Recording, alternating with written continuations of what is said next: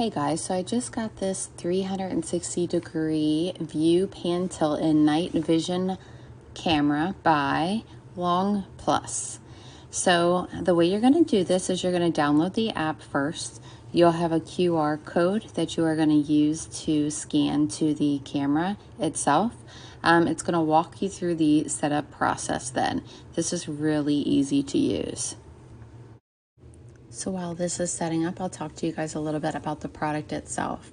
So it's a full 360-degree rotation. So it's going to cover every angle with 355 degrees horizontally and 270 degrees vertically. Night vision is applicable up to 30 feet as well. So this is going to work off the Wi-Fi in your house, which is pretty awesome. When you plug it in, you're going to get a great battery life on it as well. Scrolling through the app, you're going to have lots of options. You can have an album setting, which actually will go ahead and store the videos for you.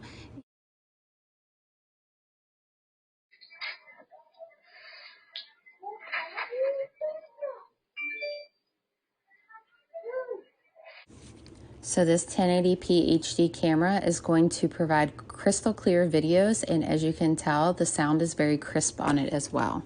What I love is that you also can get real-time footage as well. So this is me actually recording this video here.